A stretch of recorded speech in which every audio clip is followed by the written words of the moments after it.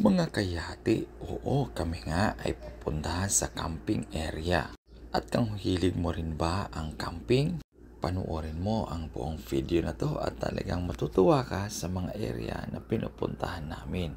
Dito nga mahirap ang daan, masikip, paakyat dahil bundok ng Gulugod Baboy ang aming pupuntahan ngayon. At pagdating namin sa area ay wow, mamamangha ka, meron nang nauna. Yung naka-adventure ay nagsisit up na. Ay, Montero pala. Sorry, nagkamali ako. Pero anyway, sa ganda ng view, ay mapapawaw ka talaga. Binuksan ko na ang aming camper van na si Orvalok. Nilabas ang upuan para kami ay magtayuan. Dati guys, pero tingnan nyo ang view sa baba ay talaga namang nakaka-relax. Mawawala ang problema mo. Kahit pa mga baka ang kasama mo. Hehehe, yati guys. Dito pala ay kaunti lang ang babayaran mo. 50 ang entrance mo. Dahil may kasama kang baka at sa taas ay may mga kasama kang mga magaganda. Asawa pala.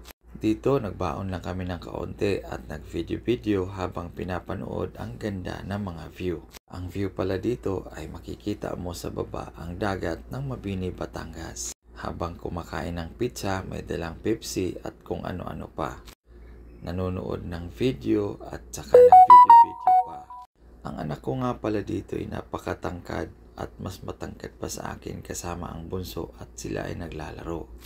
Dito sa aming camper van na makalat, may kusina, CR at konting saya na dala ng aking pag-adventure dito. Dito kasi ako masaya na kahit tahimik, walang problema. Baon nga pala namin, ang aming dala-dala ay yung aming Rivermax or EcoFlow Rivermax ng EcoFlow. Ito nga pala ang nagbibigay sa amin ng liwanag.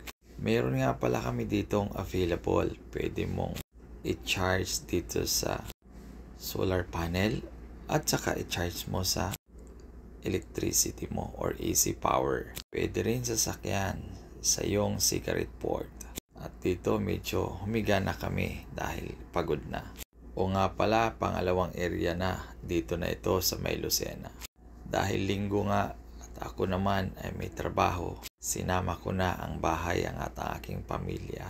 Dito nga guys ay nakahiga kami habang pinapanood ang ganda ng labas. Sa labas nga pala guys, makikita mo nakaka-relax ang punong kahoy at ang mga ibon sa punong lumilipad.